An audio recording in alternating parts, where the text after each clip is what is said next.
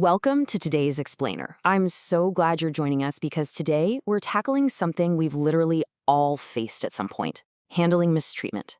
We're going to explore how to build what we call divine resilience against unjust treatment. If you have ever felt that awful sting of being wronged, well, you are in the right place. We're going to break down exactly how to find your footing again. Let's get right into it.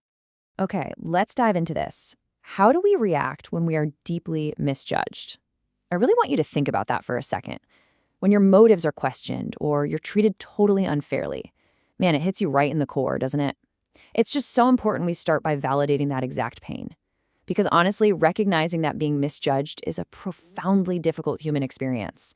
That sets the stage for everything we're going to talk about today. So that brings us to part one: facing unfair treatment. We have to acknowledge a very grounding reality here. Some injustices leave deep emotional and even physical scars. It's incredibly important we state that plainly. These aren't just, minor inconveniences you can simply brush off. They're real wounds, and they can be incredibly hard to bear. Your pain is real. The unfairness was real. And those scars you carry, they are significant. Let's see how this builds into Section 2, the trap of anger. To help us avoid this trap, we've got a really powerful scriptural anchor for this exact moment of crisis. Psalm 37:8 says, "Do not become upset and turn to doing evil." This perfectly captures that critical internal crossroads we face when we're wronged. We've got a distinct choice to make, right? Do we react with evil and let that unfairness just completely corrupt our own actions? Or do we find a way to stay grounded and rise above it? Now, what's really interesting here is how this maps out the exact destructive cascade we're warned about. Think of it like a chain reaction. If we let anger fester in our hearts, it doesn't just sit there quietly. First, it causes us to overreact, which, let's be honest, usually makes the situation way worse. Second, those negative emotions entirely destroy our joy, just robbing us of our present happiness. And third, the big one, it damages our relationship with Jehovah. Holding on to anger to punish someone else, it literally ends up destroying our own spiritual and emotional well-being.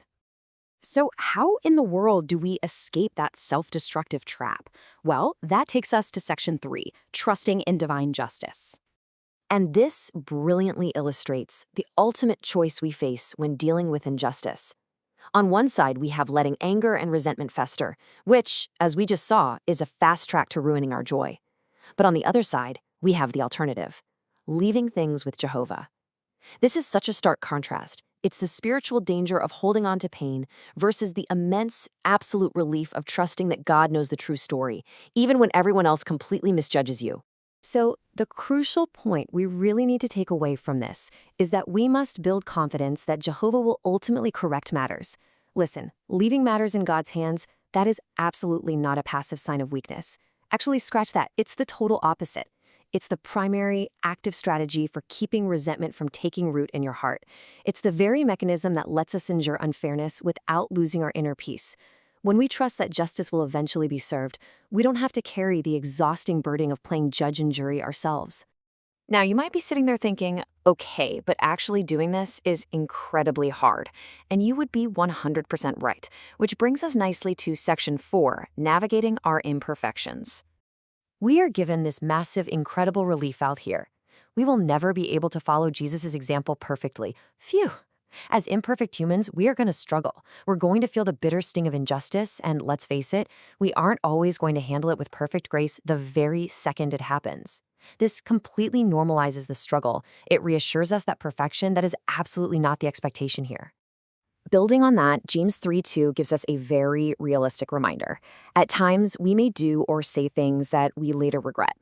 I mean, if you have ever snapped back at someone who mistreated you and then just felt terrible about it later, you are definitely not alone. Stumbling is a totally expected part of this resilience journey. Regretting an overreaction doesn't mean you failed the process. It just means you're dealing with the messy reality of human imperfection while you're trying to heal. Which brings us to our final part, Section 5, the comfort of empathy. We are given this deeply, deeply comforting guarantee. Jehovah knows exactly what you are going through. For anyone out there who feels isolated or just entirely alone because of an injustice, this is a profound reminder that your pain is fully seen. You are not invisible. Even if the person who wronged you never, ever understands or admits their fault, your side of the story is perfectly and intimately understood by your Creator. And to take it a step further, we can look at divine sympathy. Hebrews chapter 4 reminds us that Jesus also suffered unjustly, which means he can truly sympathize with your feelings. This is such a crucial distinction. It's not just that he observes your pain from afar. It's that he literally lived through the experience of being completely misjudged and mistreated. We can find such profound comfort knowing he bore similar scars. It makes his empathy an active, relatable, healing force for our own emotional wounds. Okay, let's pull all of this together into a highly practical summary for dealing with injustice. First, let go of resentment. Don't let it cause that chain reaction that destroys your joy. Second, trust that Jehovah knows the truth and is going to handle justice in his own time. And third, lean heavily on Jesus' sympathy when those emotional scars just feel too hard to bear. These 3 steps right here, they form a clear, actionable pathway forward, straight out of the darkness of being mistreated. So, what does this all mean for us? It leaves us with one critical decision to make. Will you let anger fester, or will you let divine justice heal your heart? Ultimately, the choice is yours every single time you are misjudged. But the path we've explored today clearly outlines the way to true, lasting resilience. Thank you so much for joining me for this explainer. I really hope you take these insights, apply them the next time you face unfairness, and continue to seek out the knowledge that empowers you.